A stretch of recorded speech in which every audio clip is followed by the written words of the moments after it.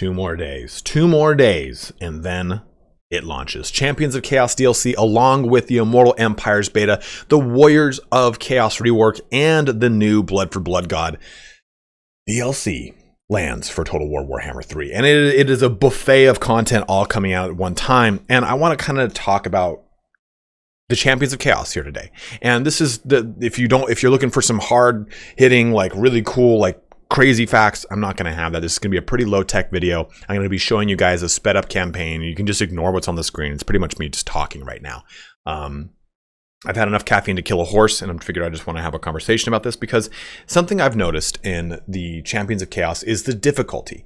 And something that I think a lot of people have made comments about and they've discussed and saying, hey, you know, the Champions of Chaos DLC, they seem so overpowered by comparison to the Realm of Chaos campaign. And just to make a distinction up front, I think, and I think we all know too, that the majority of people will play one Champion of Chaos campaign. Either Village, Valkia, Azazel, or Festus once. They'll do it once and they'll be done with it, and then they will only play Immortal Empires. And I think that's a total fair assessment. I just want to talk about the difficulty of that campaign, and then we'll kind of just use a little bit of discussion points here. But ultimately, I think if we're comparing the Realm of Chaos campaign, the launch campaign, it was a slog. It was fun the first time, then it became tedious and boring every time after that, especially because you were locked into doing it until we got access to mods, or for people that really wanted to edit their files, they could shut it off. And I think that Creative Assembly maybe took a look at that and took a note very much from the same pace that we got for Warhammer 2. Warhammer 2's Vortex campaign, I've never completed it. I don't want to complete it. It bothers me. It's boring. But the Tomb Kings campaign is fun, highly objective focus. I could push through it. I could knock it out. The Vampire Coast campaign might be my favorite campaign. There's sea shanties. It's very, very condensed. You can knock out the whole campaign in 75 to 125 turns, depending on how slow you're playing it. And I think that format of campaign really works. I think that looser format of objective-based campaign that you get with both the TKs and the Vampire Coast works out really, really well.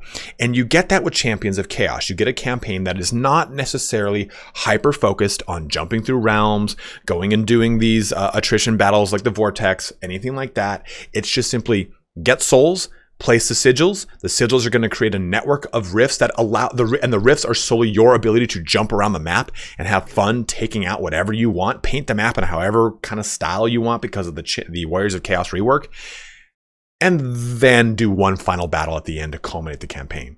And I think I think it works for the Champions of Chaos, but it's also extremely easy.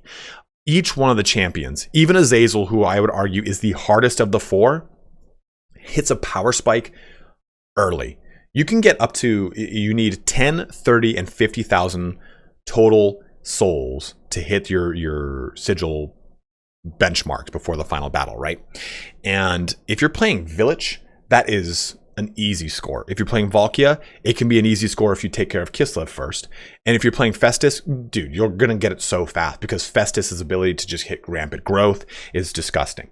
Azazel takes some time, but all 4, because of the new reworks and everything, and I think honestly, because of the lack of, not diversity, but when you play the old world, it's still all the same as it was at launch. When you're going through the Realm of Chaos campaign, you're fighting into the Empire, all their garrisons are just kind of tier 1 troops. Nothing has really been buffed up. So you have that same ability to kind of ramp through and tear through the old world. And with Village's ability to get down there quickly, Festus's ability to pretty much start right there at Albion, and then the other 2 characters' ability to just rift into the old world, you can just rip everything apart, get a ton of souls, and complete the campaign well within 100 turns. I think on my Village campaign, I got to 50,000 souls by turn 35 or 40. That's a pretty quick jump into what would be considered a midpoint of your objective. So I think this maybe was like Creative Assembly's way of saying, well, the Realm of Chaos campaign was slow, tedious, and really annoyingly overly hyper-focused on objectives. Here's some loose objectives. Here's 4 characters that are stupid strong that don't have to contend with the Realm of Chaos period. It's shut off in that campaign, remember?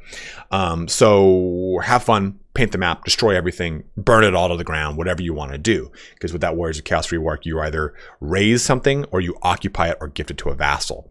So the difficulty is something that's like, I've never been able to jump into a campaign and think to myself, I could actually do this on Legendary. I can do that with Village or Valkyrie or Festus quite easily. I think I could really do a proper Legendary campaign for the first time in my life. So I'm not saying that's a bad thing, but it's something I just wanted to discuss and point out because a lot of people have made statements about the difficulty of the campaign. And I think it's fine. Like I said, I don't expect people to be jumping through the high replayability of the Realm of Chaos because it's not there, to be totally frank. And same thing with the Vortex campaign. There was very limited replayability. Sure, you had new characters that were brought into the Vortex campaign, and they did have a special set of objectives in that Vortex campaign, like you talk about Rapunzel, you talk about the Vampire Coast or the Tomb Kings. Any FLC character, right, Thoric, they don't chase the Vortex, which is fine. I think Creative Assembly even realized, like, yo, the Vortex might not be the most fun. Just like the Realm of Chaos, sure, it's got a really cool narrative to begin with, but after that, it's kind of done and over with. So I think that this was just kind of a way to have some fun, enjoy a really high power curve with the 4 champions. And I'm wondering how the Chaos Dwarfs, because we all are pretty sure that's coming, right?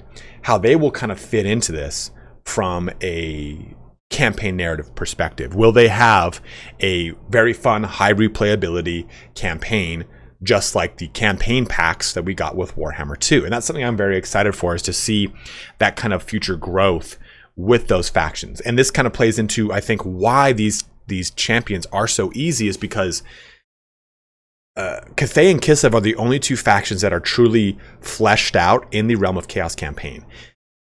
Empire doesn't really have much. If they did some sort of Midland DLC or FLC that kind of gives Toddbringer his day and adds a Cult of Ulrich or whatever, and that fleshes out the old world in Warhammer 3, okay, that changes the power dynamic. If they introduce Chaos Dwarfs, okay, that changes the power dynamic in the Darklands. Okay, they did a Norscan rework. Okay, that changes the power dynamic for all the Norscan characters in Norsca and the Chaos Wastes. So I think that Warhammer 3's campaigns, both the Realm of Chaos and the new Champions of Chaos campaigns, will evolve as the game evolves, which I think is exciting and fun and cool and nifty.